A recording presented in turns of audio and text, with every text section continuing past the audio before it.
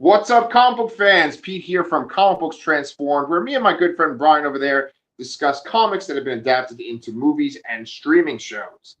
Daredevil Born Again Season 2 just wrapped up, I believe, last week. And now Brian and I are here together to finish our discussion of the show. We're going to be covering episodes 7 and 8. And I have a lot to say about that finale.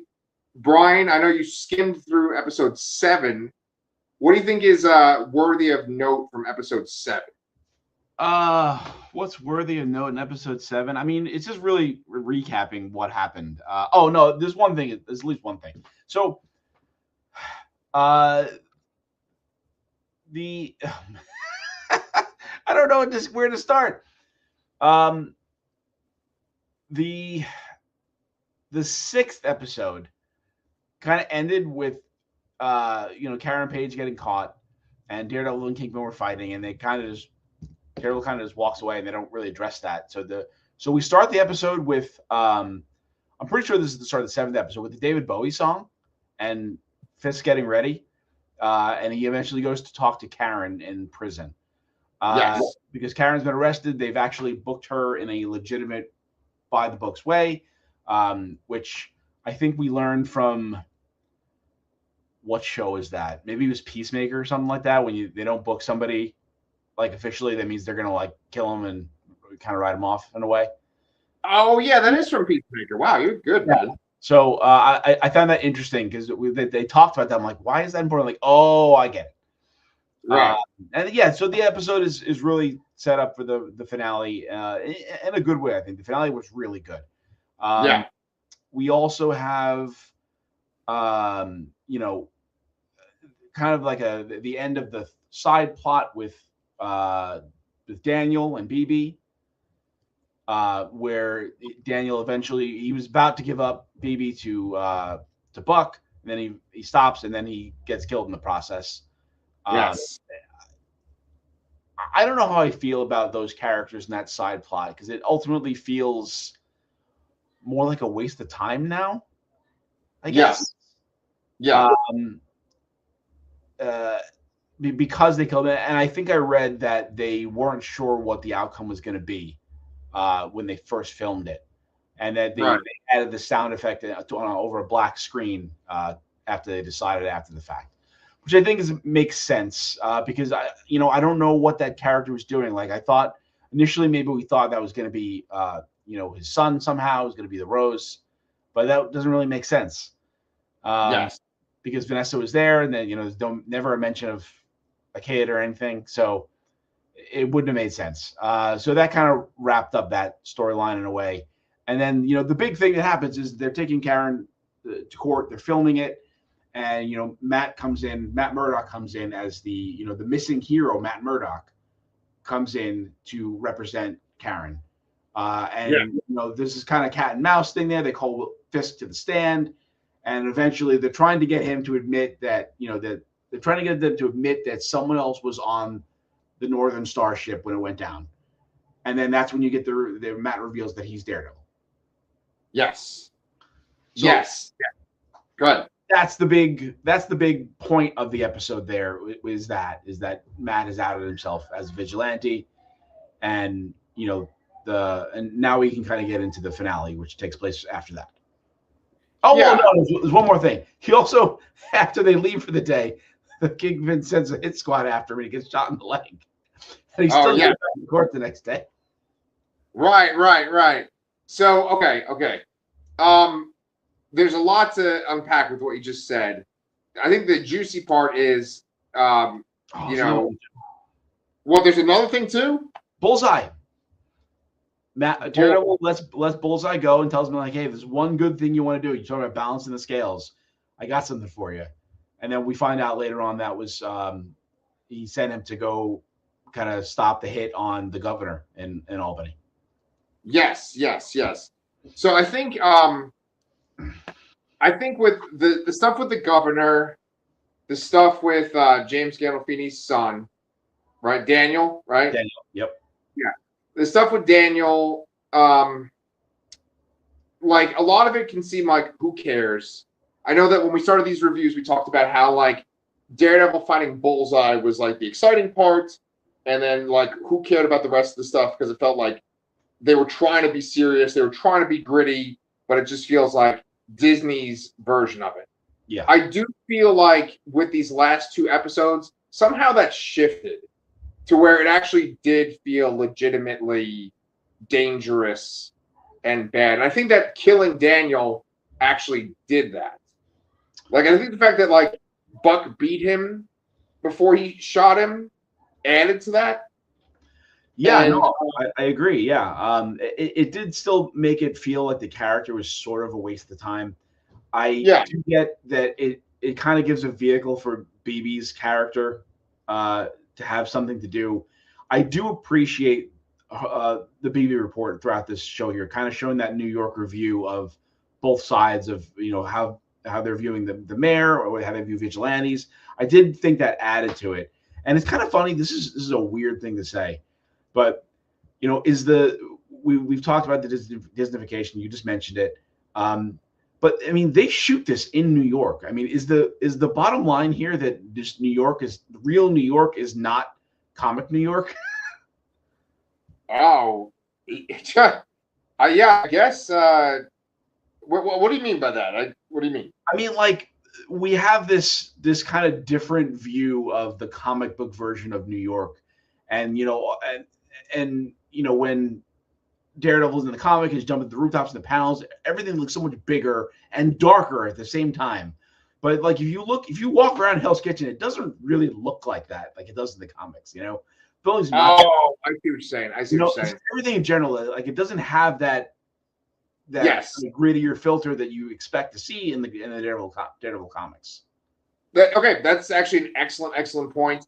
I think that like Hell's Kitchen, like for decades now, has not been this like crime-ridden, horrible place. Like I think it's been like kind of gentrified. I mean, maybe there's like one bad street in Hell's Kitchen, but otherwise it's pretty gentrified. But obviously, character's name's Daredevil, Hell's Kitchen, right? They're gonna stick with that. Of course.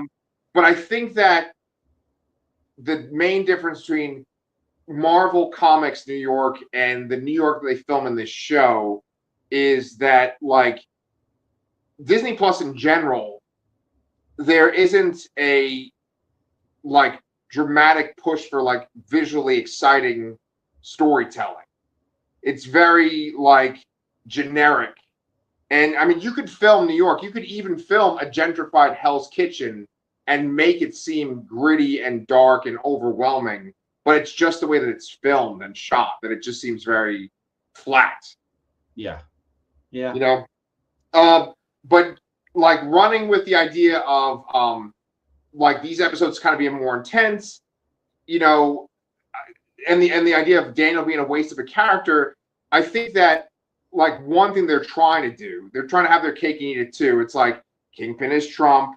It's just the same thing as like Homelander is Trump. Like the bad guys are in charge. It fucking sucks. It mirrors reality. I feel like you feel that more in these last two episodes than you did for the majority of the season. And what you get in these last two episodes is like actual resistance to it. So it's like wish fulfillment. Yes. Because they're finally taking the battle to these bad guys that are in charge. And with Daniel, we could say he's a waste of a character. He certainly took up more time than necessary. But I think that his act of defiance, at least, is worthwhile. Yeah, it was admirable and worthwhile. Yeah, it definitely set some stakes, I think, for sure. Yeah, and then like BB uses him in her little montage at the end about how like they've killed people that were close to them. I really like that they like reference her uncle in the finale too. That's a callback to the series, callback to Ben Urich too. But I like that Bullseye saves the governor, and that has validity in the finale as well. And then we should also just talk about the fucking crazy psychiatrist. Oh yeah. So in episode, I guess it was episode 6, she goes in to the Fisk's bedroom and steals an earring, and we were kind of like, what? But it's interesting that Kingpin knew, like he knew it was gone, and you actually see him as he's getting ready in that episode. He picks up the other one, and you kind of like wonder what he's going to do with it. And he meets with Dr. Glenn in his office, and he hands it to her. And I guess there's this kind of like an implied, like, ask for her to do something, which I guess was to interrogate Karen Page. Yeah. The court trial. I guess I wasn't really sure what that was, other than him acknowledging that she took something. For a second, I thought, I'm like, is she like trying to like replace Vanessa? Right. That's what I thought, but I don't think that's the case at all, especially with what we see at the very end. Right, exactly. And we had speculated last time we did a recording that like maybe she was filling in the role of Typhoid Mary, because Typhoid Mary gets with Kingpin in the comics. Yes. But then I saw somewhere that like Typhoid Mary was actually on the Netflix Daredevil show. Yeah, I think she was in the third season, which I haven't seen. So yeah, me too. But like I thought that scene between Karen Page and her was really good. I think it's just really what's exciting about it is that it's, you know, they're the two girlfriends of Matt Murdock, but they're on opposite sides going against each other. I really liked that. I thought that was interesting. It was interesting. Like I wasn't expecting this character that Matt would briefly dated and was friendly with, and then had this terrible thing happen to kind of like totally flip out and to go to the other side. Right, right. That's actually pretty different. Right, exactly. See, when they do things that you're not expecting, and they do things that like aren't just like what I'm trying to think, like when it like seems like a character could do that. Yeah. You know what I'm saying? Like instead of like just, oh, we have to hit these plot beats, like, oh well, this character started this way and they've changed. That is actually compelling storytelling. It keeps you engaged versus looking on your phone. Yeah. So I know we like to talk about characters and things. I think we should wrap up her here, but what I really wanted to say was there was a point where what's the other lawyer's name? Is it Kristen McDuffie? I'm sure. She's so Dr. Glenn's on the stand and she's prosecuted, whatever the word is for that. Questioning. There you go. And she says she's asking questions about what vigilantes are, what classifies as a vigilante. Do they need a mask? And then she says something to the effect of, you know, sometimes the person is the mask and the vigilante is the actual person. I really loved that McDuffie called out, oh, maybe a clinical psychiatrist is the mask. And then literally later on in the end of the episode, you see her putting on the Muse mask. Yeah. I really enjoyed that foreshadowing a lot of that line. Yeah. Whoa, actually complex writing. What the fuck? Like subtlety and foreshadowing versus just on the nose stuff. Yeah. You know? And then we have to talk about the on the nose part of when Matt reveals to the courtroom, to the world, that he's Daredevil. They're like, yeah, you're blind. You can't be Daredevil. And he takes his fucking billy club and just ricochets it around. Like, it's so stupid but cool at the same time. Yeah, it was. You know, like apparently that's all it takes is just for him to like throw the billy club and catch it. And like, holy shit, it's Daredevil, you know? Yeah. I wanted somebody to say, like, I bet he can't do that again. Right. But oh man, I actually really like that scene. And now he's out. And now it's time to talk about the finale, which was I was shocked because it went way further than I thought it was going to go. Yeah, I thought this was going to be something that would happen like the end of the third season, maybe like after they have all the Defender characters kind of back against. We have seen them. I mean, I think there are legitimate reports that all those characters have been seen filming. But I don't. Maybe I'm wrong at this point because I've been wrong before. Because I still swear that Jessica Jones was in the end of the first season, but no. But yeah, so I guess they had plans to frame Bullseye for killing Matt as they walked out of the courtroom after the trial. But Bullseye shows up and foils all that. And the trial is declared a mistrial. They declare the court to be something like biased or something like that because of Kingpin's role and all of it, of setting it up and all that. And then this almost attempted murder attack, which I guess Bullseye was going to shoot Kingpin this time, but it doesn't happen, and he kind of escapes. And then the building's on like lockdown because there's protesters outside, and then this these protesters are out there, and they're wearing like devil masks and all that to show they're on Daredevil's side of it. They kind of storm this building, and it made me feel kind of weird, right?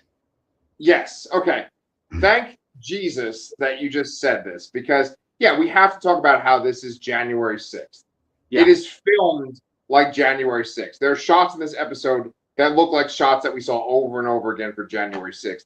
And it's really fucking weird to have a group of people attacking a Capitol, but they're essentially on the side that's like the anti-Trump side. Yes. And the weird part is you sit there thinking like, are they trying to make it like Kingpin is good? It's this weird thing because it's like if you look at it in one perspective, it makes January 6th look good. If you look at it in another perspective, it's like, no, there's no way. This is like January 6th if it was done the right way. But like Jesus Christ, I was about to say a crazy fucking line right there. But like January 6th, in any kind of regards, should not be made to look positive. Yeah, I agree. But I felt weird too. I'm like, this is clearly January 6th, but like it's the good guys doing it. Yeah. I don't think, I'm not going to be like conspiracy brained and think that like they're somehow trying to like make January 6th like a good thing. No, I make the good guys look like bad guys. It's just that moment in real life has kind of corrupted the idea of kind of rising up against the oppression, because January 6th was under poor pretenses, and then this here is literally, the corrupt government is there, it's happening. The corrupt person is there. They're going to get that person, not people going to try to hunt down a particular person because they didn't do what their leader said. So the pretenses of what happened is very different, but the imagery of it, because of that day, it makes us all feel really uncomfortable. And I definitely don't think they're trying to say that January 6th was good in any way. But because of that, we all feel a little uncomfortable and a little dirty from seeing it. And you know what? I mean, these people, the people marching, do go a bit too far, I think, though, too, like they're literally trying to go attack the mayor. I think my favorite thing in this thing was just Kingpin gets super pissed off and he just storms out the door, and there's a protester and he goes, "Boo!" and he smacks him in the face. That's the best part of the whole fucking season. It was the best thing in the whole season, and honestly, I love watching Kingpin fight. I love seeing this kind of non-traditional shaped person just walk around and just obliterate everyone. Yeah, he's like fucking Frankenstein's monster or something. This like big lumbering force just like throwing people across the way, smashing them. It's beautiful, but it's also ridiculously fucking stupid, because essentially when it ends, they set up some kind of arrangement where Kingpin is able to get away and not be imprisoned, right? And I mean, he's already sort of facing legal issues prior to this riot, and then he's just slaughtering people with his bare hands. Yeah, you know what I'm saying? Like that was kind of too much. I 100% don't. I understand why they did it from a storytelling perspective. We've already done the Fisk in jail thing several times now, so I get that. And I get the whole idea is that there's a standoff between Daredevil and Kingpin, and they keep talking about like we both love this city, and we're not going to back down.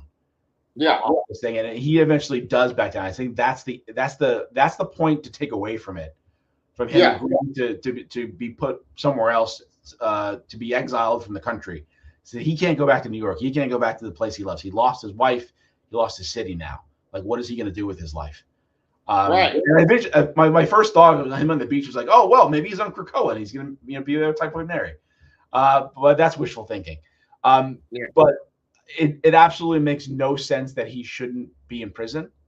Right. But I get it. I get it. They've already been there, done that. They needed to give it something different. I get the thematic idea of putting it there, as stupid as it is, in a logical way. Right. And I mean, that sequence, it's really well done. It's like one of the best parts of the whole show because it's edited very, very well. The tension is just building and building, and then they have this gigantic climax on this staircase where you have all these people in Daredevil masks like swarming him, and he's fighting them off, and he's wearing white, and he's covered in blood. Great visual storytelling. Did you read Devil's Reign? Do you know what Devil's Reign is in Marvel or no? I didn't finish it. That's one of those books that I started like 3 times, and for whatever reason I haven't finished it. But I know the general idea of it. It's Kingpin was mayor. Right. In Chip Zdarsky's run, there's at least one, if not 2 sequences where like Kingpin is in the street, like fighting against people, like attackers. And I know that there's Daredevil protesters. I think in Devil's Reign, they have Daredevil masks on too. So I mean, it's obviously inspired by Chip Zdarsky's run, but I just fucking love the visuals, and I love that Matt has to like swoop in and save Kingpin because even though Kingpin is this fucking force, the mob is able to take him down. Yeah. Yes. Yeah, and that was a great sequence. You know, he almost has that like, you know, everyone's covered on him, and he has that like kind of rising up thing. Oh no, he doesn't. Matt pulls people off him. Anyway, I really enjoyed it this season here. I like the kind of setup they have. Everything, you know, Matt's in jail. All the anti-vigilante task force in jail as well. Bullseye is working for Mr. Charles. Kingpin's out of the country. And then, you know, and we get, you know, Luke Cage comes back, which was awesome. Yeah. I wish we got more of it, but I know there'll be more of it next season. And now I just, my biggest thought is like, what do they do next season? Like, does Kingpin even in the next season? Do they still call it Born Again? Right. Yeah. What the fuck? I honestly have no idea what the fuck they would do with the next season. But Marvel at this point, it almost feels like nothing's going on with Marvel except for this Spider-Man movie and Doomsday. Yeah. So it's like I feel like whatever would happen in a 3rd season of the show would have to do something with the greater Marvel universe versus this like Daredevil story. I don't think so. I think these are essentially going to stay fairly separate from the movies. Yeah. Because of legal things. Because they actually own Daredevil. Oh no, it was the Spider-Man stuff. They can't have that was the weird thing, is that Spider-Man is just nowhere anywhere in any of this. Right. And that's the legal aspect that I'm thinking of here. I'm conflating that with. But yeah, I don't think I don't see how this would fit in with a Doomsday scenario with the kind of multiversal ramifications. I feel like this is still gonna, whatever they do is still gonna be like a self-contained sort of thing. And you know, maybe the 3rd season that's it. It wraps up this iteration of Daredevil. I do feel like some kind of major reset is going to come out of Doomsday and whatever the second movie is. Secret Wars. Yeah. No, I 100% agree with you. Fuck, I had one last point I wanted to make too. It was about that in particular, but I don't know. Maybe it doesn't even fucking matter. Oh yes, okay. Now I remember that Punisher, like one shot. That special aired already, right? Yes, yeah. It aired early this week. We'll cover that next week along with the last 3 episodes of The Boys. That finishes up next week too. And I've heard that it really does not connect to Daredevil at all, and it does not connect to Spider-Man at all. So I'm really curious. Yeah. What it's about. And I heard that like there's this one effect shot that's like not done or something, and it's like embarrassing. Have you heard about that? I haven't heard about that, but I'm not surprised. Yeah, yeah. Especially like all the layoffs and stuff. And yeah, I know. But yeah, well, so Brian already said what we're doing next week, guys. We're going to be covering the last 3 episodes of The Boys, which I'm dying to talk about that with you. And then I haven't watched the 7th episode yet, so I've only watched 6 so far. I won't say anything to you then. But then also we'll cover this Punisher special too, because I've actually never watched any John Bernthal Punisher stuff outside of Daredevil. So I'm actually really excited about talking about that. Yeah, same here. And then beyond that, we're gonna have Spider Noir that comes out a lot sooner than you think. Oh shit! Okay. And then there'll be the Spider-Man movie, and God, there's other things that I don't remember. But there's more. Oh, Vision Quest that's coming in the fall. So yeah, there's still lots for us to cover throughout the rest of the year. See, and that's going to cover Brian up until his Transformers animated show that he mentioned last time. So, yes, very nice. All right, guys. Well, thank you so much for watching. And we're going to put our billy clubs away for now.